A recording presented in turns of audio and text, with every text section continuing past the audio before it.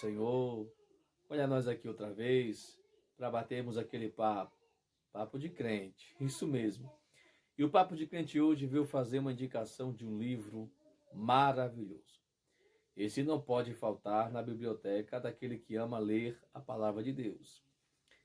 Teologia de John Wesley. Mas antes de nós falarmos desta obra, o Papo de Crente te pede, se inscreva nesse canal, você que não é inscrito, aperta aí no sininho para que você receba as notificações e dá aquele like.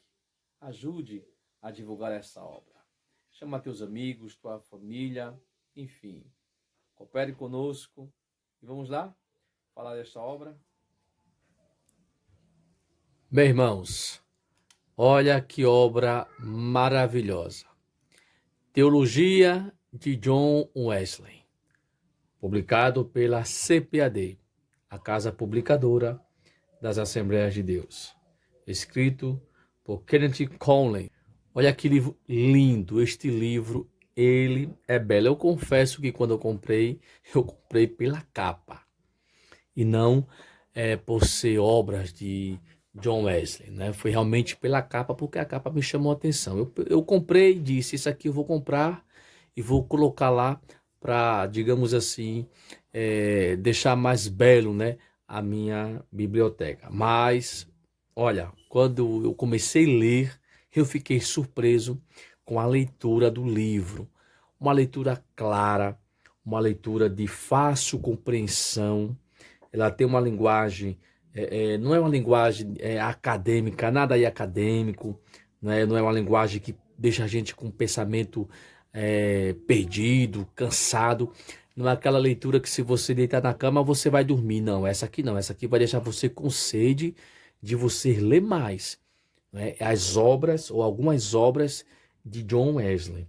O livro é lindo, né? Tem essa árvore aqui escura na capa. Aqui a foto dele, de John Wesley. Ó, coisa linda. A textura do livro é muito macia, muito boa. O livro não é pesado, né? Ele tem 445 páginas. Não é um livro pesado, você pode levar para a escola, para o trabalho. Se for fazer uma viagem de ônibus, tem como levar. É bom, fácil de manusear o livro. Muito prático o livro, né? Tem aqui a orelha da capa. Temos aqui também a capa aqui inicial, com a orelha também. O livro, a cor é muito belo. Mas enfim, vamos partir para o livro, né? Para não ficar muito longo o vídeo. Vamos passar as folhas iniciais. Aqui é o agradecimento, que é o sumário. O sumário tem 9 capítulos. O primeiro capítulo vai falar sobre o Deus do amor santo. Aí vai falar sobre os atributos de Deus. Capítulo 2 vai falar sobre a humanidade criada em amor santo, caída em natureza. Aí vai falar sobre a queda, os efeitos da queda, o pecado original, a depravação total, como John Wesley entendia sobre todos esses assuntos. O terceiro capítulo, Jesus Cristo, o Deus do amor santo revelado. Capítulo 4 vai falar o Espírito Santo, a presença do Deus do amor santo. O capítulo 5 aqui vai falar sobre a justificação, o Deus do amor santo por nós. Esta parte aqui, o capítulo 5, sobre justificação, é que a coisa fica gostosa de se ler, né? Aí você vai realmente entender como entendia John Wesley sobre a visão calvinista, sobre a visão arminiana, enfim. É um baita de um livro muito bom. Capítulo 6 vai falar sobre o novo nascimento, o Deus de amor santo em nós. Capítulo 7, a igreja e os meios da graça, a comunidade do amor santo. Capítulo 8 é a santificação completa, a pureza e a excelência do amor santo. Capítulo 9, o último capítulo, vai falar sobre o tema escatológico, né? Escatologia e glorificação, o triunfo do amor santo. Esse último capítulo vai falar sobre a morte, o estado da morte intermediário, a ressurreição, o julgamento, a justificação final, a questão do mérito, a nova criação. Então, no caso, o último capítulo aqui é sobre escatologia, né? O ensino das últimas coisas. Temos aqui as primeiras páginas do livro.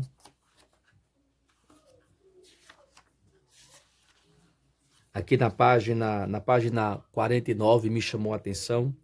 Deixei aqui marcado, né, para me achar com mais facilidade. Sobre os atributos essenciais e a predestinação, como John Wesley entendia sobre a predestinação. Tem uma parte de que John Wesley, em uma conversa, né, ele chega a achar tão cruel a predestinação. No caso é na página aqui, na página 50, ele acha tão cruel sobre a predestinação que ele entende que ele faz a comparação, como pode um Deus ser tão amoroso, tão santo, tão justo, tão bom, sendo que Deus lançará pessoas ao inferno, mesmo que essas pessoas que são lançadas ao inferno são pessoas que procuraram um arrependimento. Ele compara esse Deus como se fosse um próprio demônio. Ele não entende, né, este ato, no caso, este efeito, o efeito da predestinação. Aqui, no caso, no capítulo 49, ele tem uma das suas frases aqui, em um debate que ele teve com um calvinista, na época, Augusto Toplay, um calvinista ferrenho, e naquele debate ele, digamos assim, suponha que 1 em cada 20 homens é eleito e 19 em cada 20 são reprovados. O eleito será salvo, faça o que ele quiser fazer. Olha bem a definição. O Wesley diz que para o calvinista, né? O eleito será salvo, faça o que ele quiser fazer. E os reprovados será condenado, faça o que ele puder para mudar isto. Então ele não entende como pode Deus salvar pessoas, mesmo essas pessoas fazendo o que querem só porque foram predestinadas, ou seja, pessoas que levam a vida de total pecado, depravação. Mas porque essas pessoas foram predestinadas, essas pessoas serão salvas. E já do outro lado da moeda, os reprovados, mesmo que mudem a sua conduta de vida, se arrependam dos pecados, levem uma vida pura, uma vida digamos assim, uma vida correta, mesmo essas pessoas fazendo tudo isso, será lançada ao inferno porque foram predestinadas para ir para o inferno. E John Wesley, ele não aceita isso, né? Esse ato da predestinação. Ele falando sobre a queda da humanidade, ele entende de que a queda da humanidade afetou, claro que a todo mundo, né? Todo mundo, por causa do pecado em Adão, foram feitos pecadores, né? Tem essa herança, sim, a herança adâmica. Porém, em Cristo, todos foram regenerados. Ele diz assim, visto que Deus é gracioso e bom com a humanidade, e os seres humanos foram criados à imagem manifesta dessa bondade, sem faltar nada dela. Então, como o mal entrou no mundo? Aqui John Wesley, ele dá a definição como o mal entrou no mundo, ele usa aquela passagem de Isaías 14 e versículo 12, que é muito polêmico, né? Alguns estudiosos creem de que essa referência de Isaías 14 e 12 se refere ao próprio rei da Babilônia, e para alguns estudiosos é referência a Lúcifer, né, quando foi expulso do céu. John Wesley, no capítulo 83, ele entende de que essa queda aqui de Isaías, que Isaías tem aquela visão, como caíste ao querubim, ungido de Deus, ele crê de que é o próprio Satanás. Estudiosos aí não creem no caso, né, defende de que essa passagem bíblica de Isaías 14, o profeta está usando a linguagem, né, contando a narrativa, e traz ali que é o rei mesmo, o rei da Babilônia, que tem aquela queda. Mas para Wesley, ele crê piamente de que aquela queda ali está trazendo uma alusão a Satanás, de que foi o próprio Satanás, Lúcifer, né, o querubim, ungido de Deus, que caiu do céu. Então ele crê de que na sua queda ali, por causa da sua transgressão, houve depois ali aquela tentação no Éden e tudo mais, e o homem veio a pecar. Então ele crê que o pecado afetou, no caso, a todos, e que realmente aquela queda de Isaías 14 é a queda do próprio Lúcifer. Uma coisa que me também chamou a atenção era sobre o pensamento batismal de John Wesley.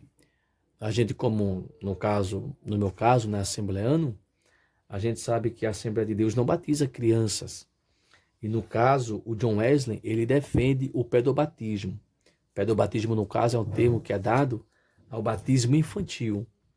E aqui ele crê, né, ele defende, sim, o batismo infantil e também ele defende, no caso, a salvação de uma criança, mesmo não sendo batizada e mesmo essas crianças não sendo de pais cristãos. Ele crê de que as crianças não podem levar essa culpa, digamos assim, uma culpa herdada de Adão, mesmo herdando o pecado de Adão, mas por conta de uma criança não ter uma consciência e não ter como se arrepender dos seus pecados, como confessar, a criança não pode perder a salvação.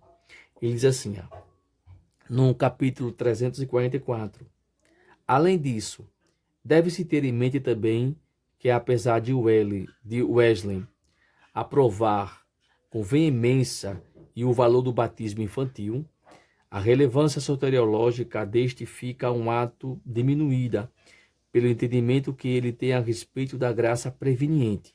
Em outras palavras, por causa da expiação feita por Jesus Cristo. Então, John Wesley, ele crê que no caso a salvação ou a expiação de Cristo foi suficiente para já salvar uma criança, né? Deus Pai remove a punição do pecado original. Então, o sangue de Cristo removeu o pecado, no caso herdado de Adão, no caso ali a criança, né? Deus Pai remove a punição do pecado original, a qual é a morte eterna de toda a humanidade. Tanto os cristãos como não os cristãos, tanto de crianças como de adultos. Portanto, conforme já constatamos, ninguém é punido por toda a eternidade, apenas por conta do pecado de Adão. Em uma carta para John Mason, em 1776, John Wesley raciocina. Portanto, nenhuma criança foi, nem mesmo será enviada para o inferno pela culpa do pecado de Adão, já que esta é cancelada pela justificação de Cristo. Então, logo, elas sejam enviadas ao mundo.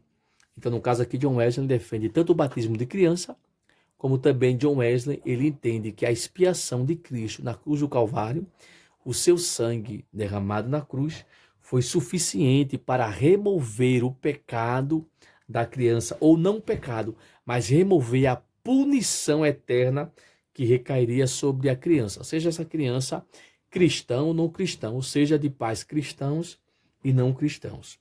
Eu achei bastante interessante. Então está aí essa dica. Claro que existe muito mais coisa, mas por causa do tempo, né? Para o vídeo não ficar longo, não tem como a gente ficar preso aqui no vídeo falando sobre o livro. Mas eis a indicação do Papo de Crente. Este livro maravilhoso que irá prender a qualquer pessoa que iniciar a leitura deste livro. E aí, irmãos? Gostou da indicação do Papo de Crente? Creio que sim. Você não irá se arrepender adquirindo este material. Um material prático, leve, gostoso de se ler, com a linguagem bem clara, que vai prender a tua mente. Não perca esta oportunidade, hein? Dica do Papo de Crente. Teologia de John Wesley. Que Deus abençoe a todos. Fique com Deus.